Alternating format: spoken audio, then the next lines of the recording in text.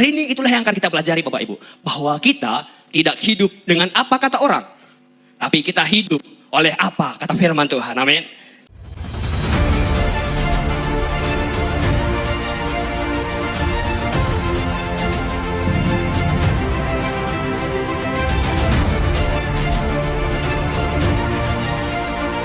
Terima kasih.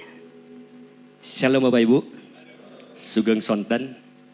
Ya, Bapak Ibu Saudara yang dikasih Tuhan.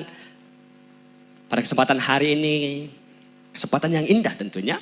Kita dapat kembali bersama-sama memuji Tuhan.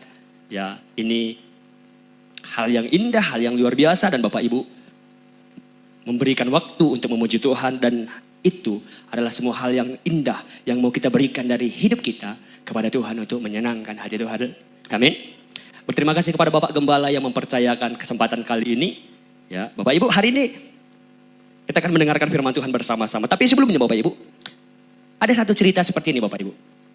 Ada cerita fiksi dan ini kemarin beredar di internet. Mungkin Bapak Ibu pernah mendengarnya. Ada satu orang terjebak dalam satu ruangan. Terjebak dalam satu ruangan dan di pintu ruangan itu, artinya ruangannya kecil, terjebak di satu ruangan yang kecil dan di pintu ruangan itu tertulis ruangan yang sangat-sangat dingin. Bu, dibuat di tulisan itu ruangan yang sangat-sangat dingin. Beberapa jam kemudian, karena terkurung, si pemuda itu akhirnya meninggal dunia. Pertanyaannya, Bapak Ibu, kenapa dia meninggal dunia? Selain daripada jangan bilang, sudah dipanggil waktunya Tuhan Mas Ronaldo. Selain itu Bapak Ibu. Menurut Bapak Ibu, kenapa dia meninggal dunia? Kenapa? Dingin, ya. Makanya banyak orang akan berkata karena ruangannya dingin. Ternyata Bapak Ibu, setelah diselidiki, ruangan itu tidak dingin sebenarnya. Bahkan pendingin ruangan itu rusak. Ya, karena panik pikirannya. Karena melihat tulisan itu, ruangan ini sangat dingin, maka di pikirannya, dingin ini pasti mati, pasti mati, pasti mati, dan mati. Bapak Ibu, kadang yang membuat kita gagal atau membuat terjadi sesuatu yang tidak baik di hidup kita adalah pikiran kita sendiri. Kadang bukan masalah yang besar yang menghantam kita, tetapi kita sendiri yang kalah terhadap pikiran kita sendiri. Kita kalah dengan apa kata orang. Berapa banyak hari-hari ini Bapak Ibu anak-anak Tuhan gagal melakukan segala sesuatu, gagal memperjuangkan apa yang diperjuangkan hanya dengan apa kata orang. Hanya karena dengar apa kata orang.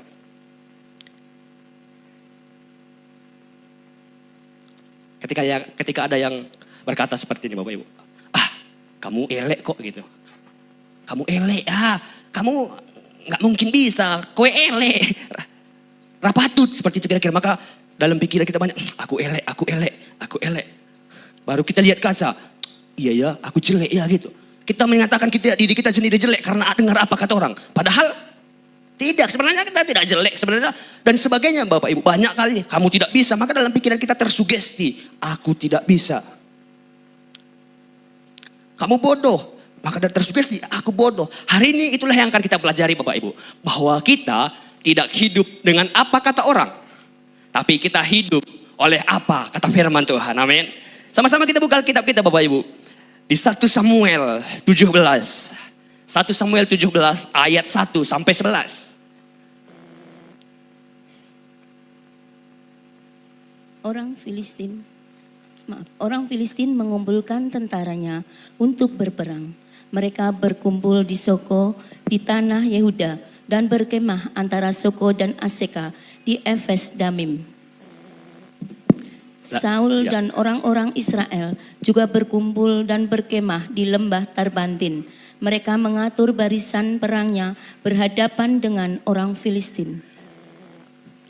Orang Filistin berdiri di bukit sebelah sini dan orang Israel berdiri di bukit sebelah sana dan lembah ada di antara mereka.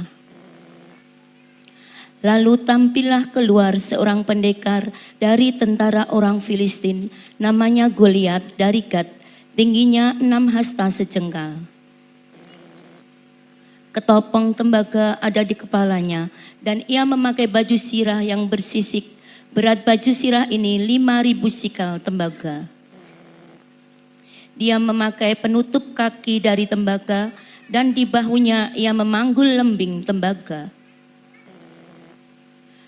Gagang tombaknya seperti pesa tukang tenun, dan mata tombaknya itu 600 sikal besi beratnya, dan seorang pembawa perisai berjalan di depannya. Ia berdiri dan berseru kepada barisan Israel, katanya kepada mereka, "Mengapa kamu keluar untuk mengatur barisan perangmu? Bukankah aku seorang Filistin dan kamu adalah hamba Saul? Pilihlah bagimu seorang, dan biarlah ia turun mendapatkan daku.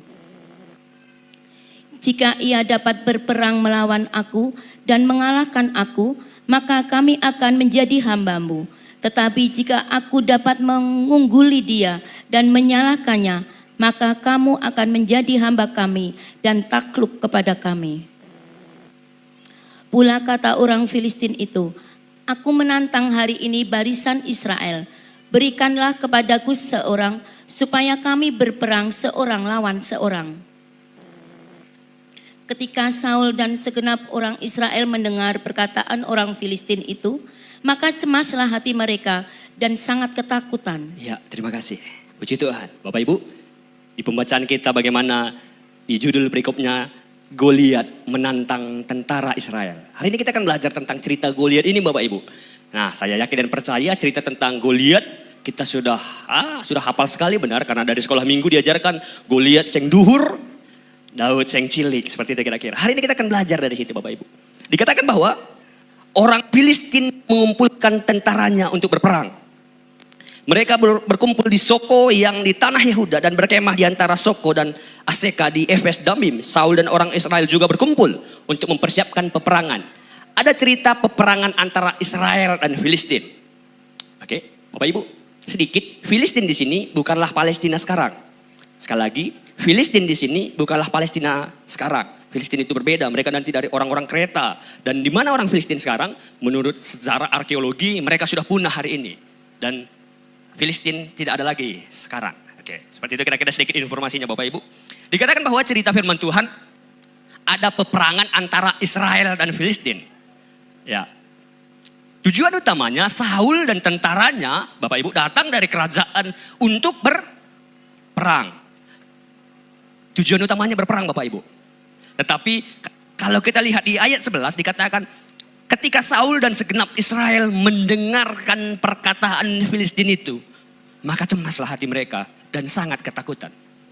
Awalnya Bapak Ibu, Saul dan tentaranya yang banyak itu, tentara Israel yang banyak itu pastinya biasanya sebelum mereka berperang di kerajaan mereka kan dibuat hatinya menyala-nyala. Akan dipancing emosinya biar mereka semangat. Dan saya yakin dan percaya orang Israel berangkat ke medan perang dengan satu semangat yang besar. Satu semangat yang bergelora untuk mengalahkan orang Filistin. Tetapi sampai di medan pertempuran, belum berperang, mereka sudah ketakutan. Bapak Ibu, mereka ketakutan sebelum berperang. Apa yang terjadi Bapak Ibu? Cemaslah hati mereka dan sangat ketakutan ketika Saul dan segenap tentara Israel mendengarkan perkataan Goliat. Mereka cemas ketika mendengarkan perkataan Goliat Bapak Ibu. Goliat berkata seperti ini, "Ambilih satu dari Israel dan melawan aku satu." Artinya Goliat sedang menantang duel satu lawan satu. Benar? Bapak Ibu, satu lawan satu perang atau tinju? Tinju, benar? Bukan perang. Perang itu rame-rame, benar? Kalau satu lawan satu ya kalau sekarang MMA, tinju. Ya pokoknya yang bela diri zaman sekarang. Satu lawan satu itu hukum perang ya rame-rame. Sebenarnya Bapak Ibu, orang-orang Israel ini melupakan apa tujuannya dan melupakan semua hukum-hukum yang berlaku ketika mendengarkan perkataan Goliat. Seharusnya mereka harus berperang. Dan sedari awal bahwa hukum perang adalah rame-rame serbu. Bukan satu lawan satu. Kalau satu lawan satu tinju namanya. Dan tidak ada pernah peraturan seperti itu. Pada kala itu Bapak Ibu. Tidak ada peraturan bahwa satu lawan satu. Kalau menang kalah, dianggap kalah semua. Tidak ada seperti itu. Lihat Bapak Ibu di sini. Besarnya kuasa perkataan ini. Dengan mereka, orang-orang Israel maksudnya, dengan semangat yang tinggi. Dengan semangat yang tinggi datang ke medan peperangan dengan satu tujuan, kemenangan. Tetapi kalah sebelum berperang ketika dengar perkataan. Dan ini yang sering terjadi Bapak Ibu. Ya anak-anak Tuhan sering sekali terjadi. Kenapa nggak lanjutkan usahanya? Gini mas, kata orang-orang itu kayaknya nggak cocok aku di sana, seperti itu kira-kira. Mbak, kenapa nggak lanjut? Nggak ngambil di universitas yang bagus?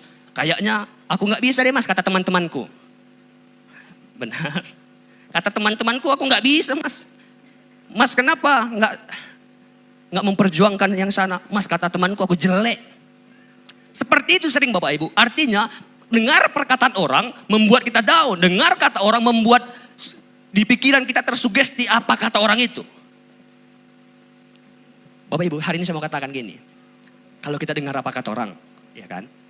Saya di sini, Bapak orang berapa di sini? Banyak. Andai saya dengarkan semua perkataan Bapak Ibu, apakah jadinya saya sebenarnya? Pasti Pak Min pasti beda. Maunya dengan apa dengan Pak Teddy pasti berbeda. Apalagi dengan Bapak Ibu. Maka akan apa? Mas Ronaldo harusnya gini, Mas Ronaldo harus gini, Mas Ronaldo gini, dan sebagainya. Maka sepusing itu Bapak Ibu benar. Itu ketika kita dengar apa kata orang. Kita dengar apa kata orang yang sebenarnya itu tidak benar. Dan ingat Bapak Ibu, banyak sekali orang berkata agar melemahkan kita. Halo anak Tuhan, hari ini sedikit informasi bagi kita bahwa sedikit orang, apalagi di luar daripada Tuhan, sedikit orang yang mau Anda lebih baik daripada dia. Banyak orang ingin Anda baik, tetapi sedikit orang yang mau Anda lebih baik daripada mereka. Makanya kan berkata, enggak bisa, kamu enggak bisa. Udah cukup di situ aja, sampai di situ aja. Kamu enggak akan mampu. Dalam pikiran kita, aku enggak mampu, aku enggak mampu. Hari ini Bapak Ibu Saudara yang dikasihi Tuhan, bagaimana anak-anak Tuhan di Israel pada kali itu bersama tentara-tentaranya Saul. Ketakutan hanya dengan mendengar perkataan Goliat. Sebenarnya Bapak Ibu, andai mereka tidak pedulikan itu, peperangan tetap terjadi. Ingat, Goliat itu duhur, benar. Dikatakan bahwa 3 meter lebihan dia. Berarti Bapak Ibu bisa bayangkanlah. 3 meter lebihan. Bapak Ibu, hukum perang seperti ini. Ketika ada orang tingginya 3 meter. Hukum pertarungan kalau sama-sama dia bisa bela diri 1 lawan 1. Kalau dia atlet bela diri melawan orang yang awam, misal 1 lawan 3 sepadan. Kalau kita buat ini 3 meter, kalau 1 lawan 10 cocok kayaknya ya. Bisa ya, 1 lawan 10 masih fine, sebenarnya masih bisa berperang tanpa harus ditakutkan. Tetapi karena dengar apa kata Goliat, pilih 1. Kadang ini Bapak Ibu, kita mau diatur oleh keadaan ini. Kita mau terpengaruh oleh keadaan ini. Menurut Bapak Ibu, apa hak Goliat membuat peraturan seperti itu? Menurut Bapak Ibu, apa hak Goliat menyuruh-nyuruh musuhnya? Sebenarnya tidak ada haknya. Tapi hanya saja orang Israel mendengarkan kata-kata itu. Pilih 1 maka mereka berpikir siapa di antara kita. Itu yang salah Bapak Ibu. Ketika omongan orang, perkataan orang yang tidak baik, kita masukkan dalam pikiran kita dan terngiang-ngiang di dalam kita pikirkan. Seperti itu juga orang Israel. Mereka berpikir siapa yang akan melawan Goliat. Dan 1 pun tidak berani. Karena Goliat berkata 1 lawan 1. Padahal menyalahi hukum perang. Padahal tujuannya tadi perang. Perang bukan 1 lawan 1. Sekali lagi Bapak Ibu. Perang ya rame-rame serbu. Tanpa harus pedulikan berapa lawan berapa nanti di medan perang. Tapi hanya karena dengar kata Goliat. Bapak Ibu, seberapa sering Anda gagal ketika dengarkan apa kata orang? Yang membuat Anda, seperti itu. Membuat Anda tawar hati. Membuat Anda harusnya rendah hati. Yang seharusnya Anda bisa, Bapak Ibu bisa seharusnya. Tetapi karena dengar kata orang saja. Hari ini anak-anak Tuhan, 1 pesan firman Tuhan. Ketika Israel mendengarkan Goliat, maka tawar hati mereka. Maka lupa semuanya Bapak Ibu. Lupa bahwa mereka punya Tuhan, benar. Sebelum-sebelumnya bagaimana mereka berperang menang karena ada Tuhan. Mereka percaya karena ada Tuhan. Mereka lupa bahwa ada tabut Tuhan bersama mereka. Artinya ada kehadiran Tuhan. Mereka lupakan semua. Mereka lupakan pengalaman-pengalaman bahwa Tuhan pernah menolong mereka. Mereka lupakan hanya karena perkataan ini tadi. Dan hari-hari ini Bapak Ibu, bagaimana hal yang sama terjadi. Bagaimana hal-hal yang sama, perkataan-perkataan yang menjatuhkan diperkatakan kepada anak-anak Tuhan dan anak-anak Tuhan mulai memikirkannya dan menganggapnya menjadi sebuah kebenaran. Itu yang susah Bapak Ibu. Ketika perkataan orang itu kita telan mentah-mentah dan membuatnya menjadi sebuah kebenaran dan melupakan kebenaran yang hakiki. Padahal kita punya kebenaran yang hakiki. Tapi karena kata orang saja. Hari ini Bapak Ibu Saudara dikasih Tuhan. Belajar dari orang-orang Israel ini. Stop mendengarkan perkataan-perkataan yang menjatuhkan kita. Mari kembali kita lihat jati diri kita. Siapa kita? Kita anak Tuhan dan kita punya Tuhan dalam firman-Nya menjadi panduan kita. Bukan orang itu. Bukan orang-orang, apalagi orang-orang yang mau menjatuhkan kita. Kita akan lihat sedikit lagi Bapak Ibu. Dituliskan firman Tuhan bahwa Israel tidak berani menghadapi Filistin akhirnya karena mereka ketakutan. Lalu datanglah seorang Daud. Bapak Ibu, Daud. Ketika Daud datang Bapak Ibu, sebenarnya hal yang sama juga terjadi. Ketika Daud mau melawan Goliat, Bapak Ibu ingat lagi perkataan ini. Ayat di 1 Samuel 17 ayat 33 saya akan bacakan. Tetapi Saul berkata kepada Daud, tidak mungkin engkau dapat menghadapi orang Filistin itu untuk melawan dia sebab engkau masih muda. Sedang dia sejak daripada masa mudanya telah menjadi prajurit. Nah, ini Bapak Ibu. Tadi bahwa sering sekali perkataan negatif itu muncul dari musuh-musuh kita. Orang-orang jauh. Tetapi Bapak Ibu, faktanya kadang juga perkataan yang negatif menjatuhkan datang dari orang-orang terdekat kita, benar. Jadi hari ini Bapak Ibu saya mau sampaikan bahwa sebelum menjadi pendengar itu Bapak Ibu, stop untuk memperkatakan hal-hal yang melemahkan. Stop untuk memperkatakan hal-hal yang negatif terhadap sesama kita, terhadap keluarga kita, terhadap siapa saja. Anak Tuhan harusnya perkataannya ya positif, membangkitkan firman Tuhan. Lihat ini yang memperkatakan hal-hal yang tidak baik adalah Saul. Seorang raja yang diurapi Tuhan pada kala itu.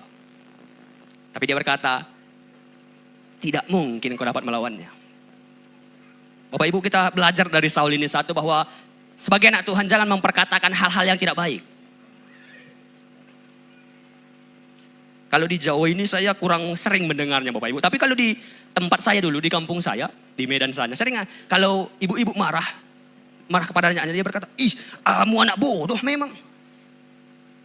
Mau jadi apa kamu? Gak bisa kamu jadi apa-apa sampai ke depannya kayak gitu. Padahal itu ibunya sendiri. Sering sekali terjadi umpatan-umpatan seperti itu Bapak Ibu. Mau jadi apa kamu? Memang anak nakal gak bisa jadi apa-apa. Tahukah Bapak Ibu? Ketika sebenarnya kita mengeluarkan perkataan itu, maka anak atau orang yang terdekat itu akan sama seperti yang kita alami. Dia juga berkata, ibuku berkata aku gak bisa jadi apa-apa ya. Maka anak itu gak akan bisa jadi apa-apa.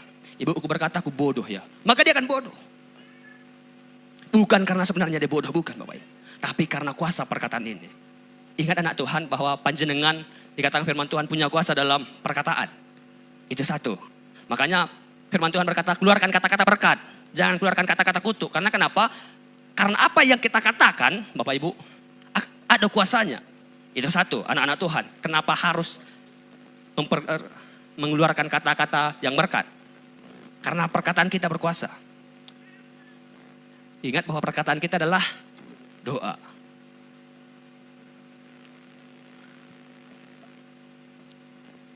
Yang selanjutnya Bapak Ibu.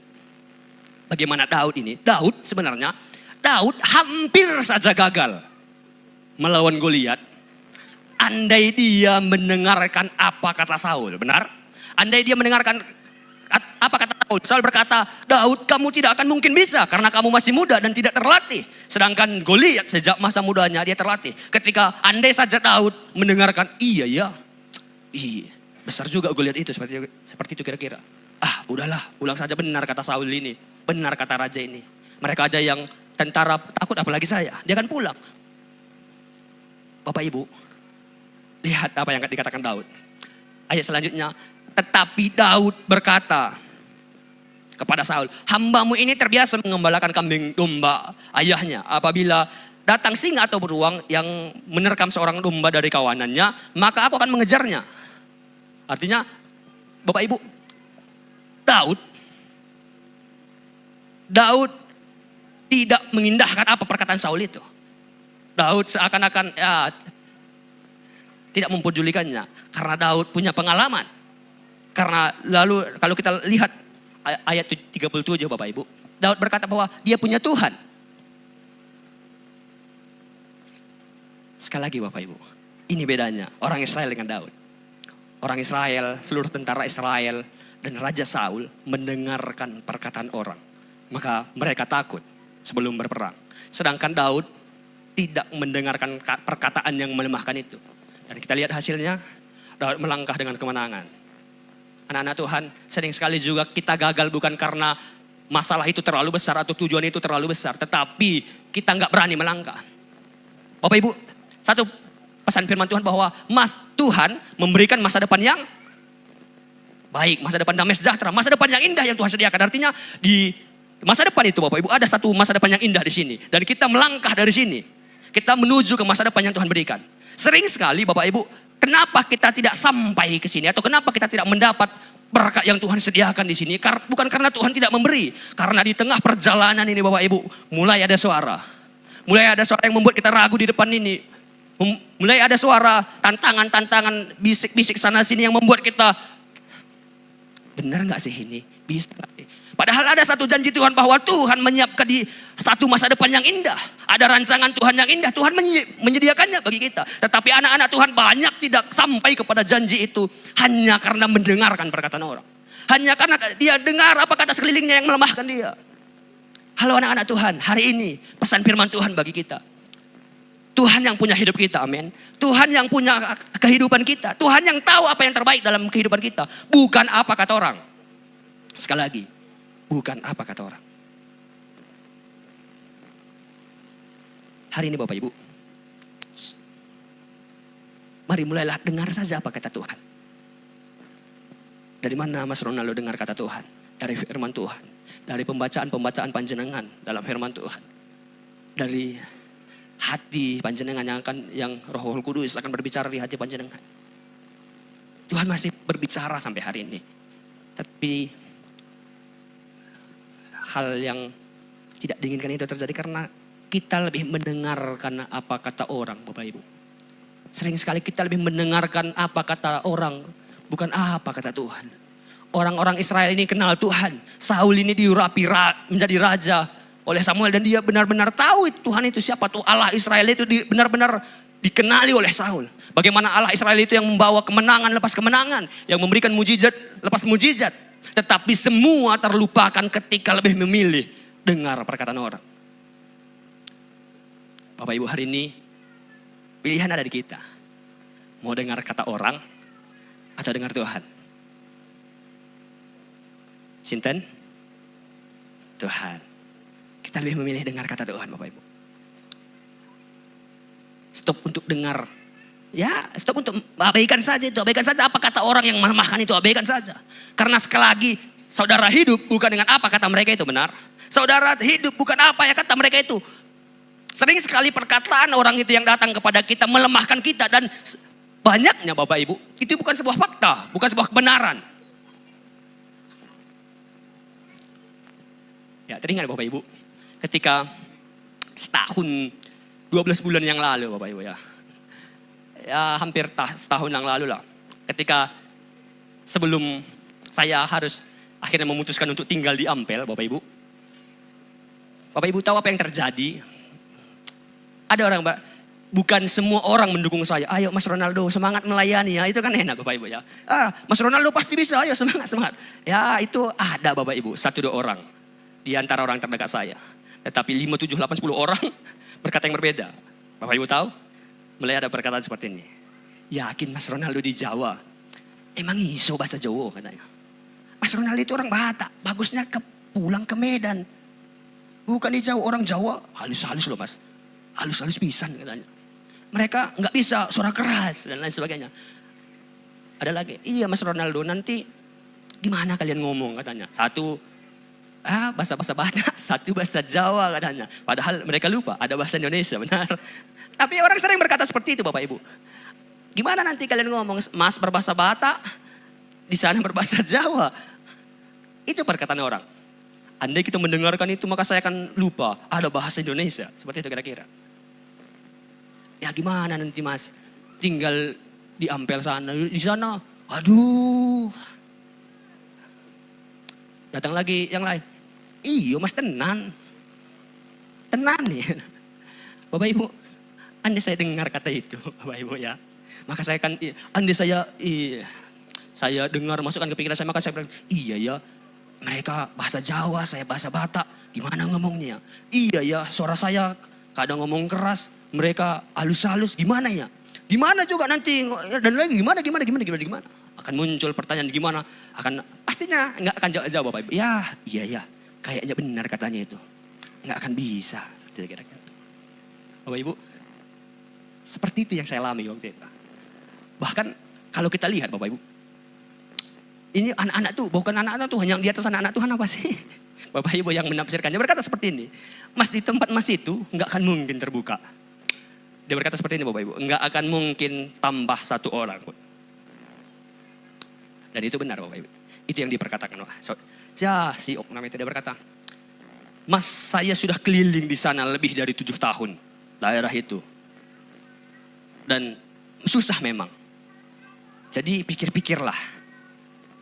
Bapak Ibu, kadang memang orang meyakinkan kita dengan sebuah sejarah yang dialami. Dulu aku gak bisa loh. Iya dulu gak bisa memang. Seperti itu kira-kira. Bapak Ibu, tapi Bapak Ibu tahu apa yang terjadi? Saya sampai hari ini masih bisa. Bapak Ibu yang sering ke sana, ya, Bapak Ibu yang belum pernah ke pelayanan kita di Ampel, masih banyak. Nanti ikut Pak Tendi ke sana Bapak Ibu ya. Ikut rombongan ke sana. Bapak Ibu, yang katanya tidak mungkin tadi, ya, yang katanya tidak mungkin ada tambah jiwa. Puji Tuhannya Bapak Ibu, tadi kita baru saja Om Teddy nanya, berapa sudah semuanya katanya. Bapak Ibu, sekitar ya yang untuk kita yang setia artinya tidak ikut simpatisan Bapak Ibu ya. Ada 8 orangan, seperti itu kira-kira. Kalau ikut simpatisannya ada 13-14 orang. Yang tadi katanya nggak akan mungkin. Andai saya dengar perkataan orang itu Bapak Ibu, maka saya nggak akan melangkah. Andai saya dengar perkataan itu, maka saya akan pulang ke Medan. Saya akan pulang ke rumah mama saya. Saya kembali. Dan saya, ya entah apa yang terjadi Bapak Ibu. Tapi ketika saya dengar apa kata Tuhan, ketika saya mau benar-benar dengar apa mau Tuhan dalam kehidupan saya melangkah. Mengabaikan apa kata orang. Dan berapa, bukan hanya anak-anak Tuhan Bapak Ibu. Teman-teman saya yang satu angkatan sudah banyak yang pulang. Artinya bukan pulang dia, kita buka sama-sama. Dengar kata orang itu, hal yang sama terjadi.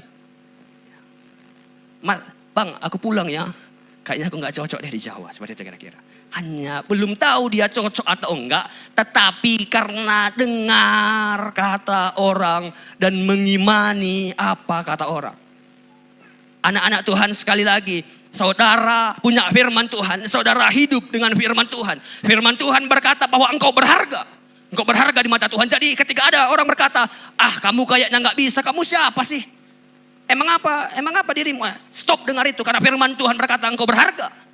Ketika banyak orang berkata hari-hari ini engkau nggak akan bisa lakukan apa yang menjadi tujuanmu hari ini, ingat firman Tuhan bahwa segala perkara dapat kutanggung di dalam Dia yang memberi kekuatan kepadaku. Ada firman Tuhan. Ada firman Tuhan yang jadi tameng. Oleh sebab itu Bapak Ibu, hari ini saya mau katakan lebih dekat lagi kepada Tuhan. Lebih sering lagi dengar perkataan firman Tuhan. Lebih sering lagi dengar kata Tuhan. Ketika kita lebih sering dengar kata Tuhan, maka kata-kata yang menjelekkan itu, kata-kata yang melemahkan itu akan lewat begitu saja. Amin. Katakan pada diri kita, aku hidup. Karena apa kata Tuhan? Katakan pada dirimu, aku bisa. Walaupun banyak orang berkata engkau tidak bisa, engkau bisa karena ada Tuhan bersamamu. Ketika banyak orang berkata mau jadi apa ke depannya, masa depanmu, banyak orang meragukannya, tetapi ada janji firman Tuhan, masa depan yang indah yang Tuhan sediakan bagi anak-anak Tuhan.